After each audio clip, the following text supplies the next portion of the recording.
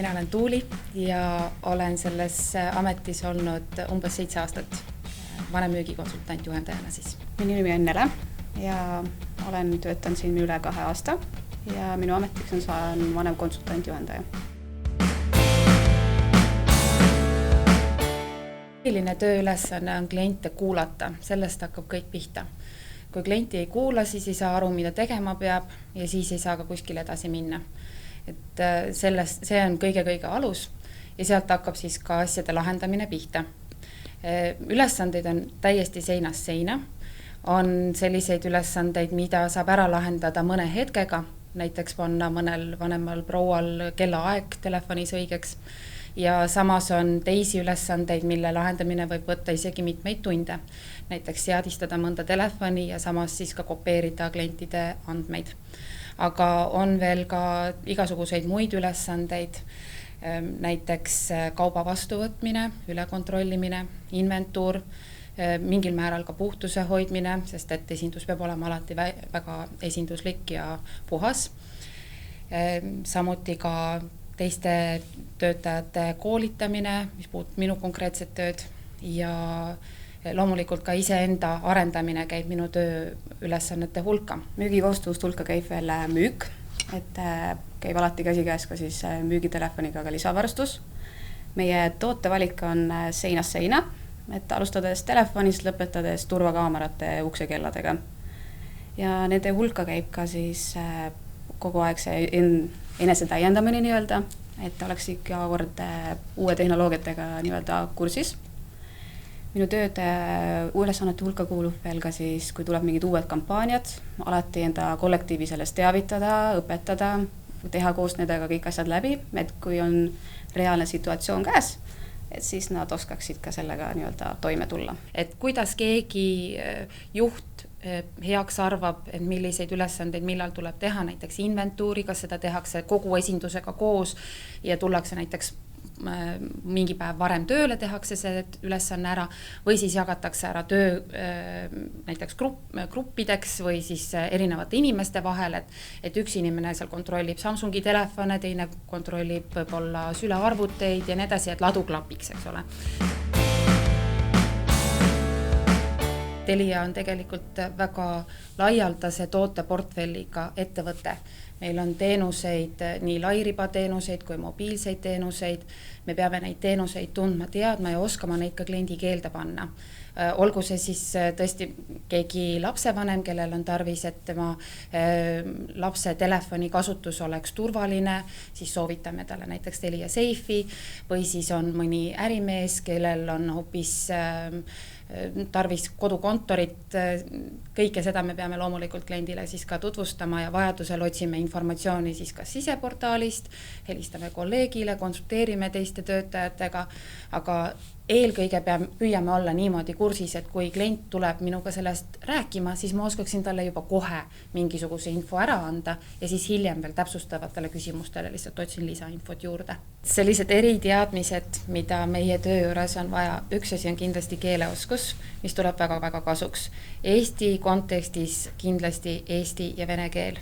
Sellest ei saa üle ega ümbert, sest et meil on olemas nii eesti kui venekeelsed kliendid ja nendele tuleb mõlemile selgitada tööga seonduvaid asju. Kasuks tulevad ka teised keeleoskused. Kindlasti inglise keel, kui satub olema tööl kuskil näiteks Tallinna kesklinnas, siis satub vägagi palju inimesi välismaalt.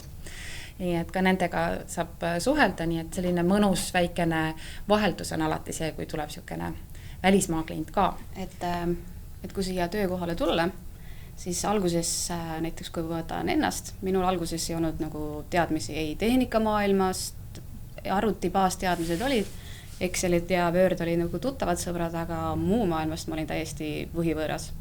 Aga siin on selles mõttes hea ikkagi nii-öelda koolitused on selleks meil, tehakse ikka puust ja punaseks ja igakuiselt on ikkagi võimalik või kord kvartalis aastate jooksul käiakse ka siis nii-öelda tootjate messil meil, kus siis räägitakse, kus tulevad uued seadmed, korraldatakse alati koolitused, me saaks ikka kõik peensusteni nii-öelda teada. Et ta on üsna huvitav nii-öelda maailm, et igati pidi saab alati nagu teadmisi juurde. Kui vähegi huvi on, siis ma arvan, et iga inimene saab sellega hakkama.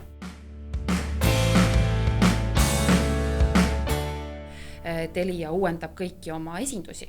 Et on täiesti uus kontseptsioon, täiesti uut laadi klienditeenindus, kui siiamaani me oleme olnud nii-öelda klient on teisel pool lauda, mina olen siin pool lauda ja niimoodi me omavahel suhtlemegi, siis nüüd me tuleme leti tagant välja, läheme istume kliendiga diivani peale mõnusasti maha, räägime kõrvuti juttu ja vaatame koos arvutiekraani pealt, mis toimub ja mida teha saab.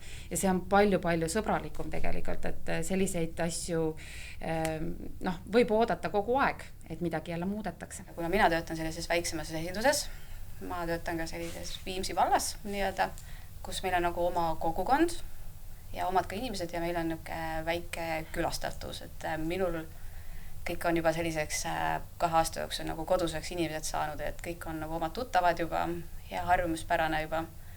Et koju muidugi, kui ma alati koju jõuan, siis ei ole nii, et Telia võtmed koguvad kotti ja kõik ongi, et ikka alati kolleegid helistavad, täpselt samamoodi sõbrad, sugulased või mõni muu alati tahab tunda nagu huvi, et mis nüüd toimub, kui levi on kadunud või järsku internet puudub.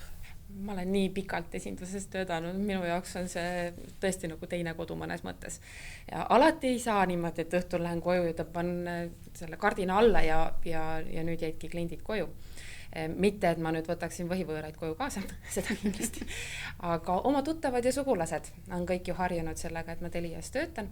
Ja loomulikult nad siis ka pöörduvad esimesena minu poole, et küsida ja loomulikult nad ei küsi seda, et kas ma olen parasjagu tööl või mitte. Nii et tuleb kasuks olla asjadega kursis alati. Minul on olemas võrdlusmoment nii telefonitööga kui esinduse tööga. Ja ma ütleksin, et tegelikult esinduse töö on selles mõttes küll mõnusam, et näeb selle inimese vahetut reaktsiooni tema näos ära kohe. Et kui see asi saab lahendatud ja see annab küll endale palju energiat juurde. Mõnikord mõni klient tuleb sellise suure murega, et teate, mul on nii suur mure, ma ei tea, kuidas ma sellega küll, ma isegi ei tea, kust otsast pihta hakata. Ja siis ta räägib, aga mul juba peas lahendus on olemas. Ja kui ma siis talle selle lahenduse näiteks ühe lausega ära ütlen, siis see kergenduse moment, mis klienti tabab ja siis minul on see kergenduse moment, et mina sain teda niimoodi aidata, see on alati hästi mõnus. Ja ikka need sõnad ja need silmad, kui nad ikka selline tunne, nagu oleks terve elu päästetud neil ühe hetkega, et see tekitabki alati see töö juures sellise väga hea tunde, et oled näinud palju vaeva, aga need 2 sõna seal nende klientide suust tänutäheks on ikka väga hea ikka aeg-ajalt kuulda neid. Graafikuga tööga on niimoodi, et meil otseselt ei ole sellist kivisse raiutud graafikut, et näiteks pikk või lühike nädal, vaid see on jällegi esinduse sisene kokkulepe. Meie esinduses Rocca al Mares siis toimub asi niimoodi, et juht seab selle graafiku isegi vastavalt soovipäevadele ja me reeglina saame oma soovipäevad, mis me soovime. Üldiselt kukub välja nii, et on umbes 15 tööpäeva kuus, mis annab mulle tegelikult ju palju rohkem vaba aega teha ka nädala sees selliseid asju, mida ma muidu teha ei saaks. Telia on pidevalt muutuv ettevõte, et see on üks asi, millega kindlasti peab arvestama, kui tulla meile tööle, kõik muutub, kõik kogu aeg muutub. Ja miski ei ole nii-öelda kivisse raiutud, et kui täna mingi protsess näeb ühtemoodi välja, siis see ei tähenda seda, et seda homme kohe ära ei muudeta ja see ei ole halb asi. See on tegelikult väga positiivne, et saab kogu aeg sellised muutuste ja uuenduste keskel olla. Hästi palju on interaktiivset õpet, et näiteks igakuiselt meil on testid, mida me lahendame. Keegi ei ütle, et need testid peavad olema 100% hästi lahendatud, aga need on minu õpikoht. Ehk siis see test vaatab tegelikult üle kõik need uudised, mis on viimase 6 aja jooksul tulnud ja seal ma saan ise veel üle korrata, et kas ma olen nüüd kõiki uudiseid ikkagi lugenud või mitte. Üks niisugune koolitus, kus mina alati igakuiselt käin, on siis esinduse nii-öelda tehnilised eksperdid, et kellel on natukene rohkem huvi tehnika vastu, kuidas miski toimib, siis on ka igakuised sellised koolitused meil. Samas on ka hästi huvitavad meil, kord aastas on alati meil ka tiimi sellised väljasõidud, et saame paar päeva esinduses puhata, saame kõik koos midagi lõpusalt teha.